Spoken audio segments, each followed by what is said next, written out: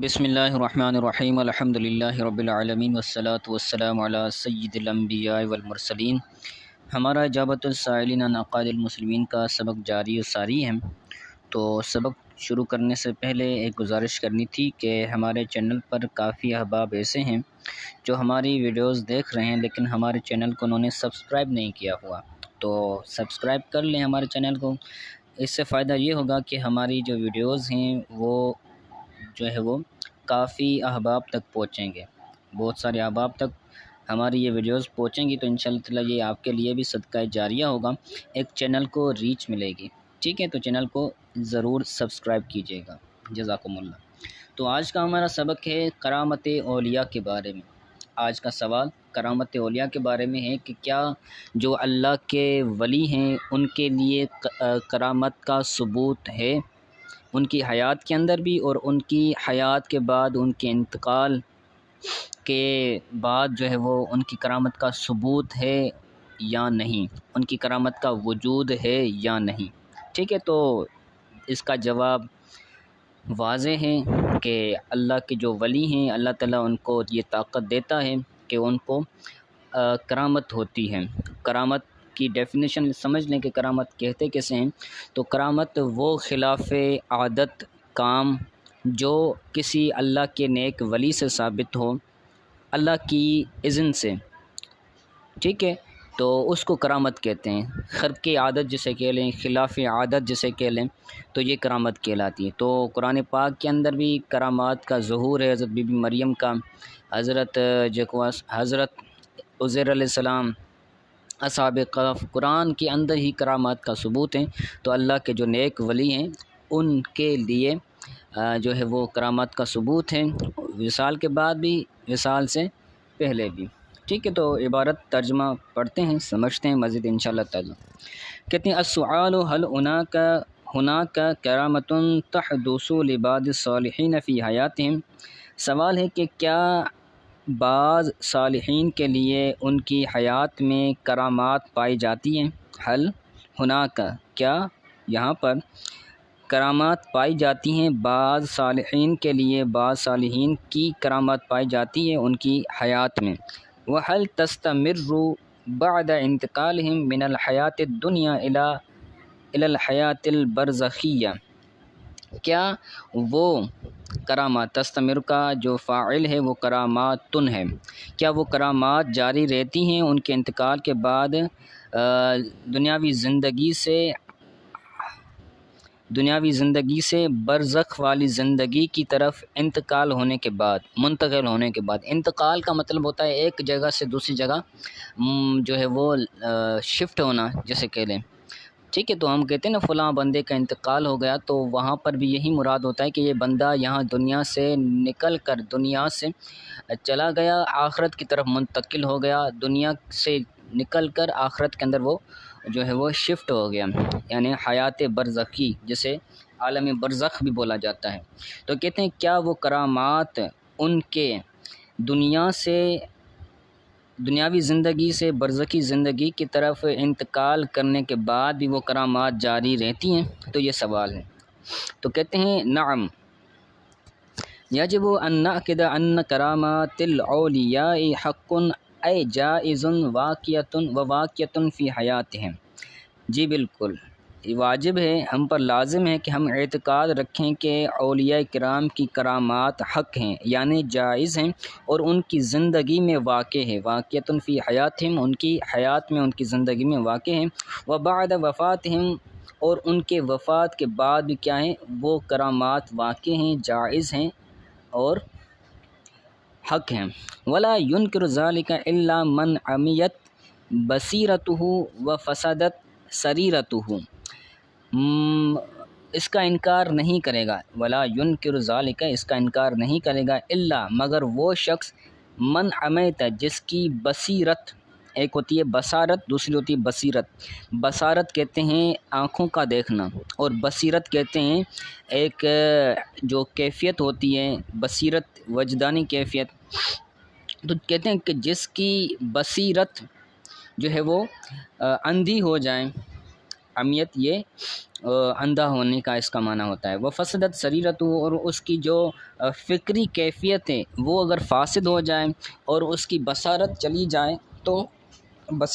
جائے تو وہ بندہ کیا کرتا ہے؟ کرامات اولیاء کا انکار کرتا ہے۔ ولا ينکر ذالک، اس کا انکار نہیں کرتا مگر وہ شخص جس کی بصیرت اندھی ہو گئی ہو اور جس کی غور و فکر کی صلاحیت فاسد ہو چکی ہو۔ والدلیل علی وقوعها، اب قرآن سے دلائل دیں گے، ٹھیک ہے؟ کہتے ہیں والدلیل علی وقوعها ثابت من القرآن والاحادیث، تو ان کرامات کے وقوع پر ہا ضمیر کا جو مرجع وقوعها کے اندر جو ہا ضمیر ہے اس کا مرجع ہے کرامات، ان کرامات کے وقوع پر دلیل قرآن و احادیث سے ثابت ہے۔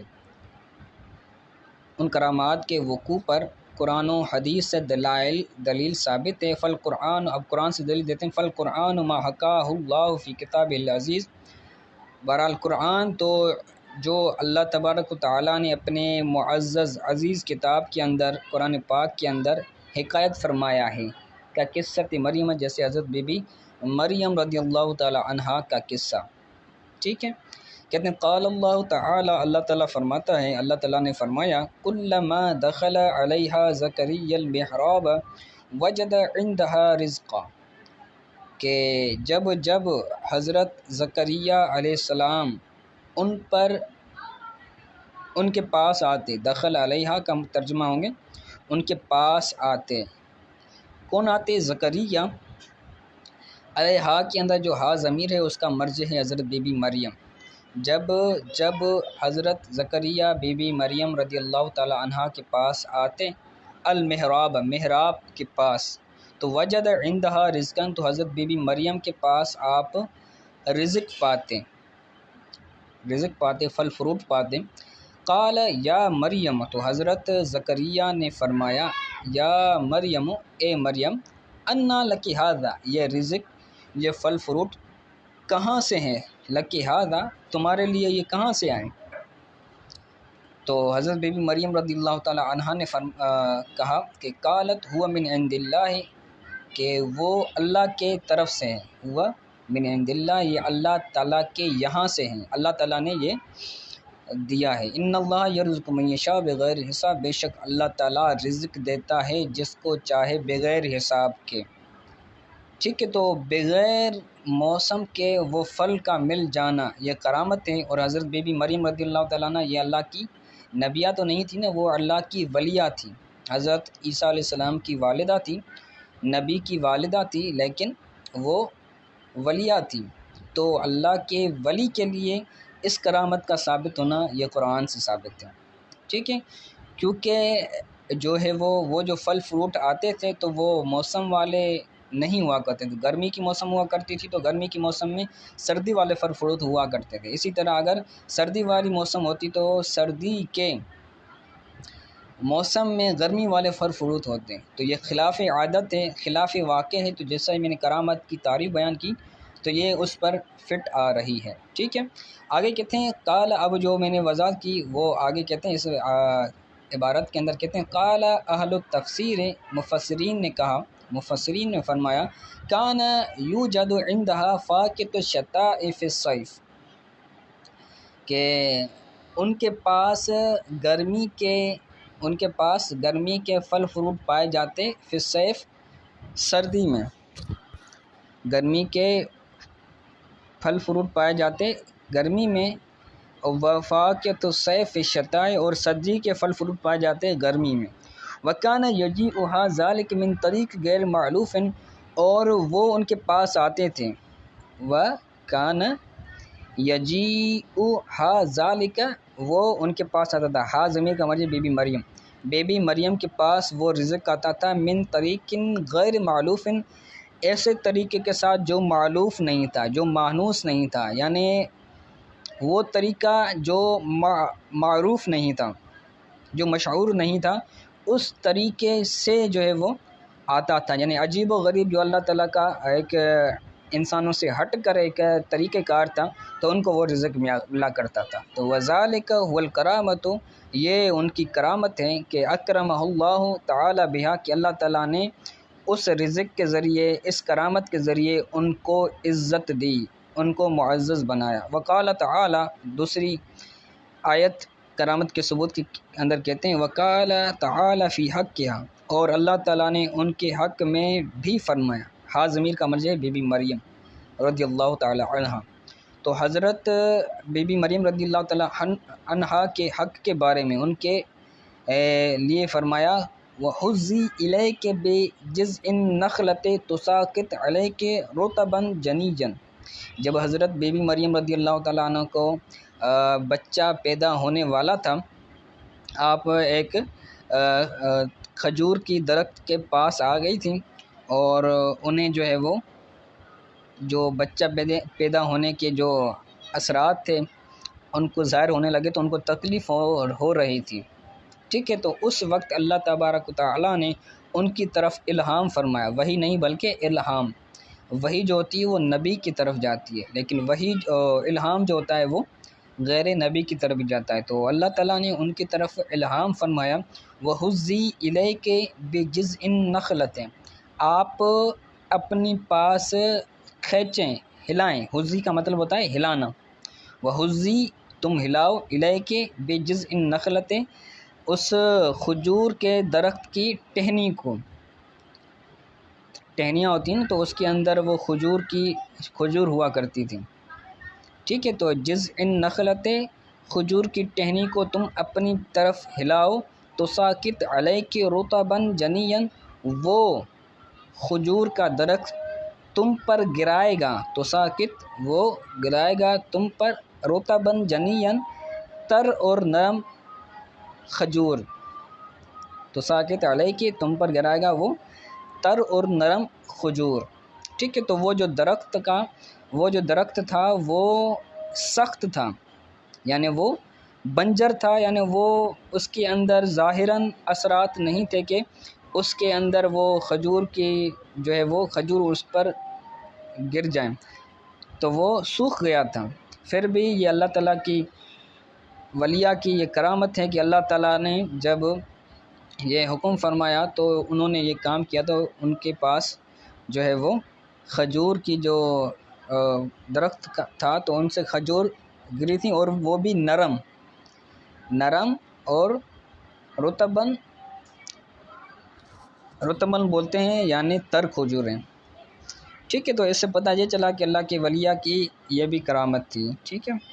آگے کہتے ہیں دوسرے قصے قرآن پاک کے اندر جو ذکر ہیں، کہتے ہیں وَمِن ذَلِكَ قِصَّةُ أَهْلِ الْكَهْفِ فَقَدْ ذَكَرَهَا اللَّهُ تَعَالَى فِي كِتَابِهِ، اور اس کرامات میں سے اہل کہف کے لیے یعنی اصحاب کہف کا قصہ بھی ہے کہ جس کو اللہ تعالیٰ نے اپنی کتاب کے اندر ذکر فرمایا ہے۔ وہ قصہ کیا ہے؟ وہ یہ ہے کہ انہم ناموا 309 عوام، کہ وہ اصحاب کہف سوئے تھے 309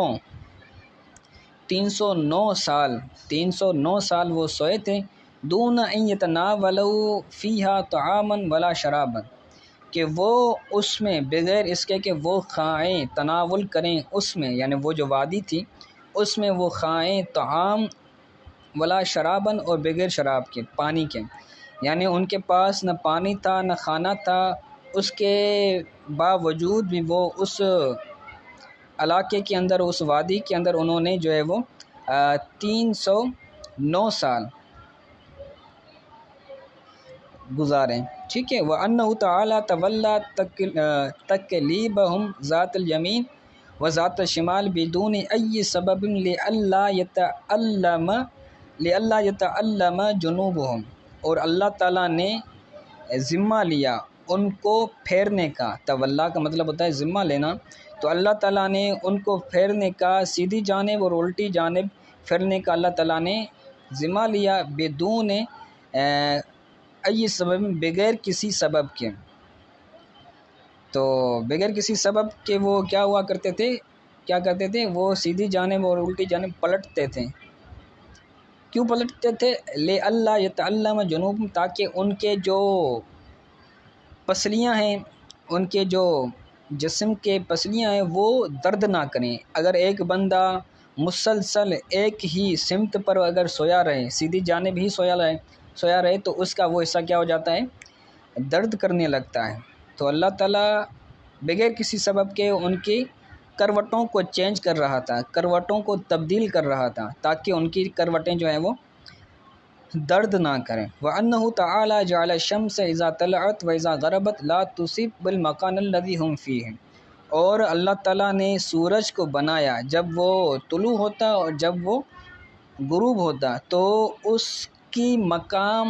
مقام تک دھوپ نہ پہنچے، لا تصیب کہ وہ نہ پہنچائے اپنی روشنی، المکان الذی اس مقام کو، ہم فیہ کہ جس میں وہ تھے، جس مقام میں وہ اصحاب کہف تھے اس مقام میں سورج کی کرنیں نہ پہنچیں، سورج کی روشنی نہ پہنچیں، اللہ تعالیٰ نے اس طرح اس سورج کو بنایا تھا۔